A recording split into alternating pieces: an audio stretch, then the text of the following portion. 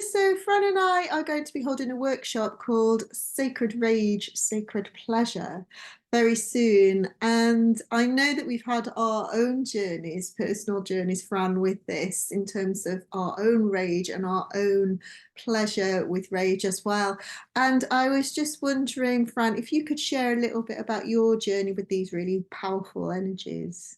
I'd love to hear. Yeah, so thinking about anger and rage, it was only when I started to realize that, I mean, actually, when I was younger, I actually believed I just never got angry, that I was just always, I was never an angry person. I was always just nice.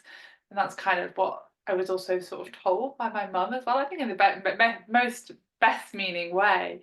But actually, I ended up with chronic fatigue when I was 19. And I mean, looking back, it was all trauma. It's all the freeze response, as far as I'm concerned now. The more and more I learn about trauma, the more and more it feels like, yeah. I mean, obviously, it also impacted my physical body as well, but ultimately that was the root of it. And in that freeze response, there was a lot of repressed anger and rage. And I always say I only started to get better, healthy, once I started to feel it. And the first time I felt anger, I was petrified. I didn't know what to do with it. I thought, what, I could hurt someone with this. And at that moment, it was directed at my boyfriend that was telling me off for being too much of a people pleaser, actually, and that was making me ill. But him saying that to me was just making me really angry. And actually, there was also just a lot of anger in me that needed to come out. And I remember one time, yeah, this anger came up for the first time. I was like, oh my gosh, I know what anger feels like. And I was like, I cannot feel this. I don't know what to do with it. I'm just gonna, I wouldn't even have used the word at the time, but it's just gonna come out of my partner. I can't let that happen. So instead, I just shut it down. But then I could literally hardly walk home. Like, I was really struggling. I went into a really weird place. Oh, sorry. And then once I got home, I lay on the sofa, totally passed out, felt terrible. And my boyfriend said, "Oh, so you expect me to pick up the pieces again, do you?"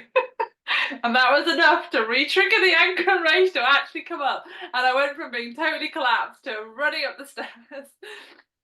And yeah, and then yeah, and in that particular relationship, we went on cycles of this sort of journey of this anger and rage coming up at different times. And it was just a massive part of me getting better, was to realize it was there in my system. And the more I learned about trauma over the years, the more I learned, like, in my freeze responses in my body, in my collapse responses, there were these unprocessed fight energy that I needed to connect to, and that needed to come through in order to heal. But not only to fully heal, but also to stay healthy and to work with trauma responses when they came up once I was fully better from chronic fatigue. I mean, even today when I have a session with someone, there'll still be like layers that want to come through from specific moments of trauma. Yeah, yeah, and I think probably some ancestral stuff there as well. But yeah, Mm. Yeah, it really touches me, especially, in the beginning, what you said. And I think most women can really relate to that aspect of that good little girl syndrome that a lot of us really carry. And that's been part of our upbringing, of being a woman or a vulva owner, that, that you have to act in a particular way. And it's really unhealthy. It's really unhealthy. yeah. And I always wanted to be nice, always wanted to be good, always want to keep the peace. And I was like, yeah. There's a quote that, to keep the peace, keep the peace, but create a war inside of yourself. I think didn't realize how much of a war I was creating inside of myself. And yeah, and things like being able to speak my boundaries and assert my needs and things like that was so important as well for my healing journey. That was all related to that as well, really. But then also pleasure, I think, and that's become really, has been an important part of my journey as well, and expanding pleasure and teaching others about pleasure. And I also found that naturally awoke more in my system the more I healed my system of trauma as well. So yeah. Mm, thank you. Thank you for sharing, Fran. That's wonderful. Yeah, I So need to bring this to a juicy workshop yeah, do we have a workshop?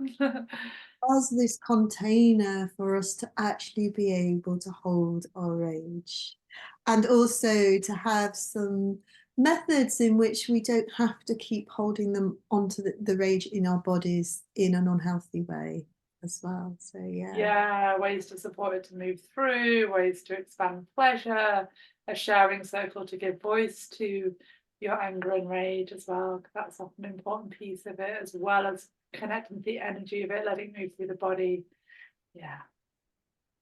Yeah, great. I hope to see you there.